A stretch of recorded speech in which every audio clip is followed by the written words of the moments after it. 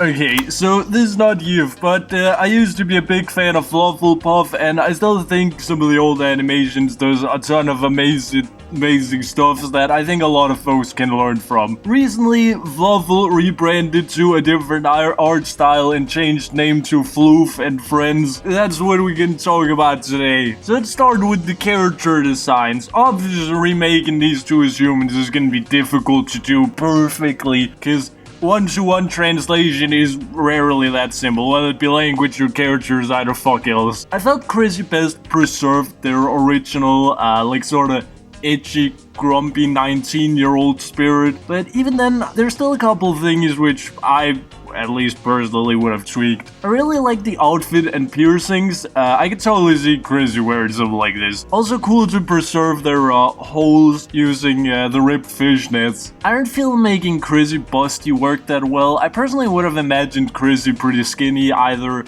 due to just being naturally skinny, or because Chrissy seems like the type of person who would eat like 1 to 2 times a day unless Fluffle was feeding them. And you know, being skinny means you very rarely has a lot going on up here, compared to here where Chrissy's like really busty. It'd also be cool to see the sort of wet hair from the original Chrissy being preserved. It's really rare in any cartoon to see someone's hair that doesn't look like it was washed like 3 hours before literally any time we see them. So Chrissy having this wet, greasy looking hair was actually pretty cool, just due to variety. And I could totally see Chrissy being the type of person who would put on makeup every day and then shower like once every 2 weeks. Otherwise, I've only got good things to say about Chrissy. Green eyes look real good against the indigo hair and eyebrows. Joker fits in real goodly. Chrissy's dress has this perfect balance of popping without being like out of character showy. Then Fluffle. I think Fluffle's glasses looks a bit too adult. I don't know, they just feel a bit too like office lady-y for me. I personally don't think I would have given Fluffle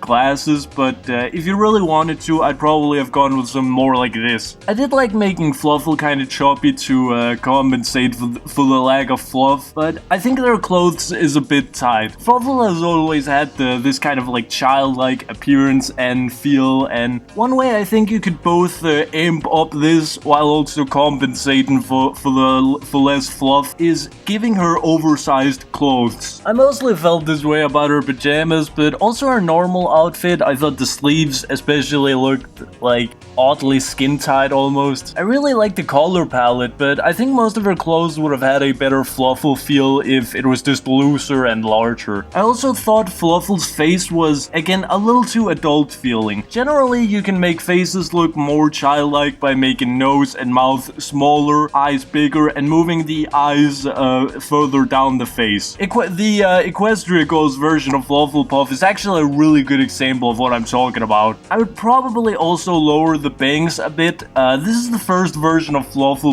where the bangs doesn't cover their eyebrows. Now on to animation. I know basically nothing about animation, but I noticed thingies and now I can mention it and hopefully it'll make sense. One of the things I really liked about the old school Fluffle animations was how light the physics felt and how snappy the editing felt. We never lingered on a frame for even a millisecond too long. Everything happened so fast, but never so fast that you couldn't recognize what was happening. Look at this 10-second clip, for example.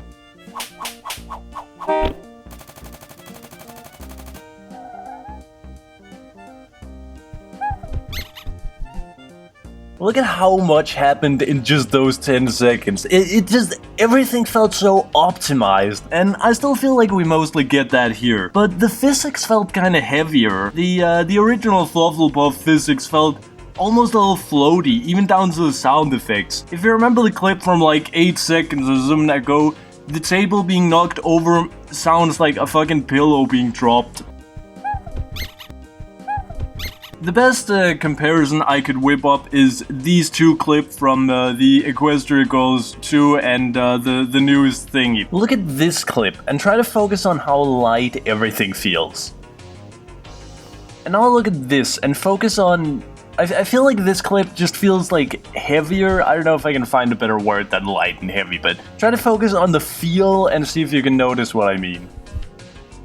I think it's partially because of the frame rate, but I think the sound effects, the speed, and the overall physics just also has a pretty significant impact on why this feels so different to me. It could just be due to you transitioning to a new animation style, like maybe Fluffy makes you just need a little while to get warmed up on this new style. I don't know if it animated differently, I just imagine so. But anyway, point seemed worth mentioning. Next point, I really dig the background details. I know I've complained about a bunch of stuff that I felt was changed here in like a not so good way, but the background details feels like they still got that exact same energy that I love so much. All the signs and the labels on shit, the I can't stop butter microwave thingy, the little notifications on Fluffle's phone, the hard reflections in Fluffle's eyes, how the phone actually moved a bit while doing vibration stuffs, the animal boys as background characters, cat being spooked off toaster, and of course the old school Fluffle munching on a taco at end. It all small stuffs, but I just want you to know that someone appreciates all this little shit. Oh yeah, and here's a bunch of nitpicky stuffs I noticed because I'm a professional asshole. Fluffle is holding the hair dryers way too close to hair. You're supposed to hold it an arm's length away because it's better for your hair that way. Phone has sharp corners in this scene despite that it normally has rounded corners. Ear headbands are way too short. And this shirt lift is pretty scuffed. In general, I don't think most shirt lifts would actually work because most shirts are made so they're easy to pull over your head. So